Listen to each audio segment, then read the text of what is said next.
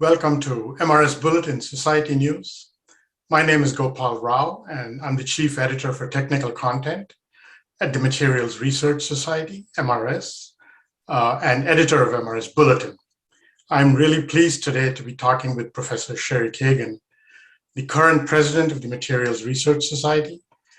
Professor Kagan is the Stephen J. Angelo Professor at the University of Pennsylvania, affiliated with the Departments of Electrical and Systems Engineering, Material Science and Engineering, and Chemistry. So Cherie, welcome, and thank you very much for talking with me today. Thank you, Gopal. It's nice to be here.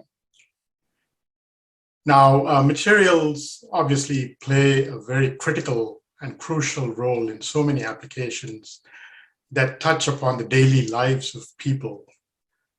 Starting from ancient times that are literally named after specific metals and alloys to the present advanced materials age, materials continue to improve our lives and positively affect society at large.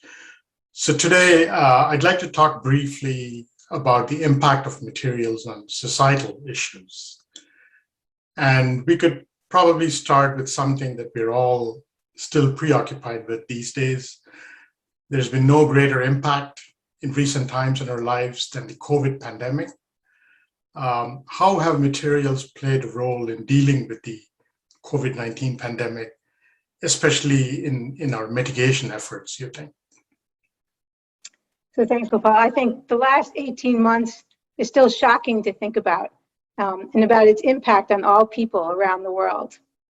In looking for silver linings, I really appreciate the community of scientists and engineers that from many different disciplines and demographics brought their expertise to help navigate the pandemic. I want to add that materials have really played a notable role.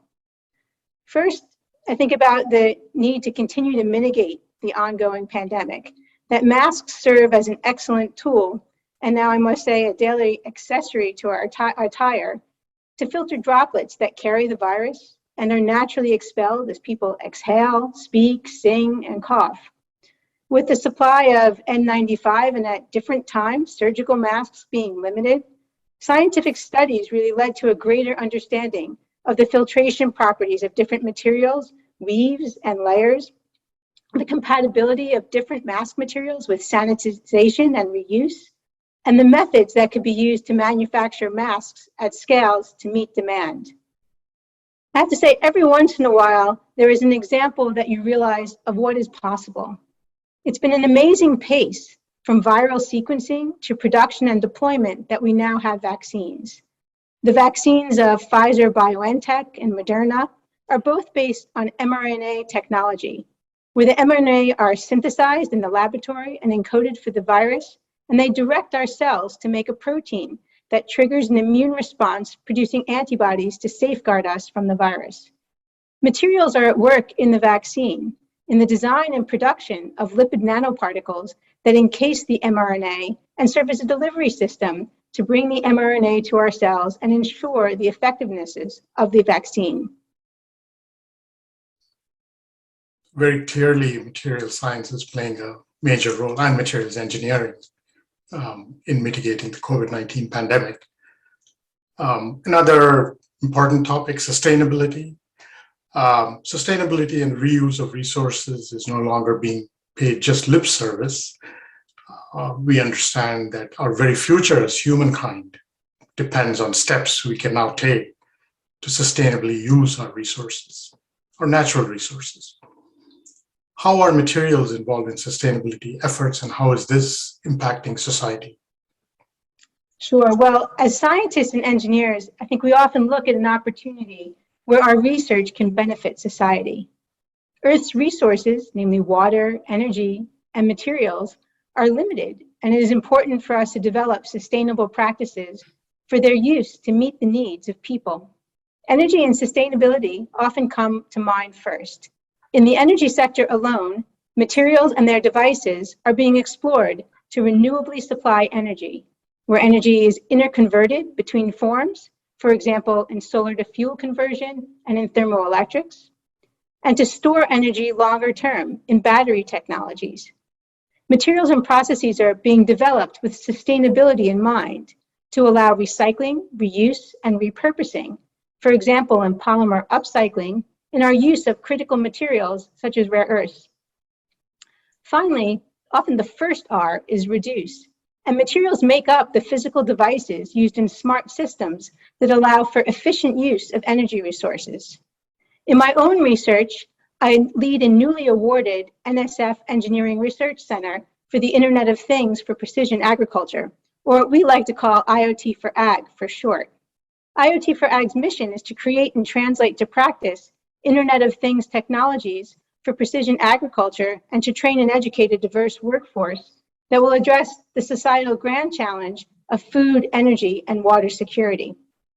Materials play an important role in the design of sensors, energy, and communication technologies to meet the agricultural specific use case that calls for materials and devices that provide function and operate in extreme and variable environments, but that can also be manufactured at large scale, that are biocompatible and are biodegradable, and that are low in cost.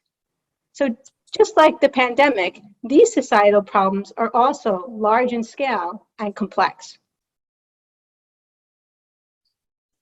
Now, our lives today are dominated by electronics and computers and obviously the internet, and that's how we are actually talking to each other today.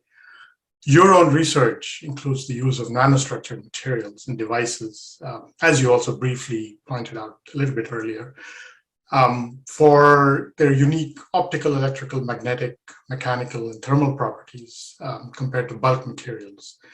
Can you talk about the impact of materials on society in this somewhat broad area? Yeah, materials have always been key to advancing semiconductor technology and information systems, whether in patterning to create structure or in properties to realize needed function. The demand for information is pervasive and continues to grow. Materials are at the heart of advanced devices for consumer electronics and the growth of unconventional and ubiquitous devices of interest in many sectors, such as the example we just spoke about in IoT for agriculture, but which are of similar interest in smart energy, environment, and health management. New materials, structures, and properties are required to meet the specific needs of different applications. In the community working on semiconductor nanostructures, where I participate, advances in synthesis and our understanding of materials properties have enabled commercialization of new technologies, in particular in conventional optoelectronics, with the notable example of colloidal quantum dot displays and TVs. Materials advances will continue to drive opportunities for commercialization. For example, in colloidal quantum dots, we look at the opportunities that take advantage of their tailorable physical properties and of their large-scale, low-temperature, and solution-based manufacturing. For example, potentially to realize macro and micro displays and detectors and imagers. Beyond conventional optoelectronics, the community is exploring quantum dot materials to create single photon emitters and spin qubits, where quantum functions can be packaged in sub-100 or even sub-10 nanometer particles and positioned in devices or on substrates to realize quantum information optoelectronic technologies. So as our final question, one of the biggest problems facing us humans is climate change. And of course, materials are playing a very important role in all aspects of climate change, mitigation efforts, and sustainability, as also was pointed out a little bit earlier. Can you talk about how materials are helping reduce the impact of climate change and eventually help humankind survive for the future? Yes, materials are at the foundation of solutions to mitigate the anthropogenic impacts of pollutants, such as carbon dioxide and methane, that affect our air, water, and soil, and are changing the climate on our planet. Materials are needed to capture, store, convert, and sequester CO2, and similarly more volatile methane, to manage carbon sources and realize carbon neutral, carbon negative fuels, chemicals, and materials. For example, materials include solvents, ionic liquids, solid sorbents, advanced membranes, and porous materials to capture and sequester carbon. And materials with catalytic functions are being explored to convert CO2 into products, such as hydrocarbons and commodity chemicals. So it's very clear from this discussion that materials will continue to play a big role in critical societal areas of interest to all of us as humans, I think. So thank you indeed, Cherie, for talking with me today. Thank you, Gopal. It's a really important topic for us all to keep in mind. Again, my name is Gopal Rao from the Materials Research Society. For more news, please visit the MRS Bulletin website at mrsbulletin.org. You can also follow us on Twitter. Our handle is at MRS Bulletin. And thanks again to Professor Kagan, and thank you for listening.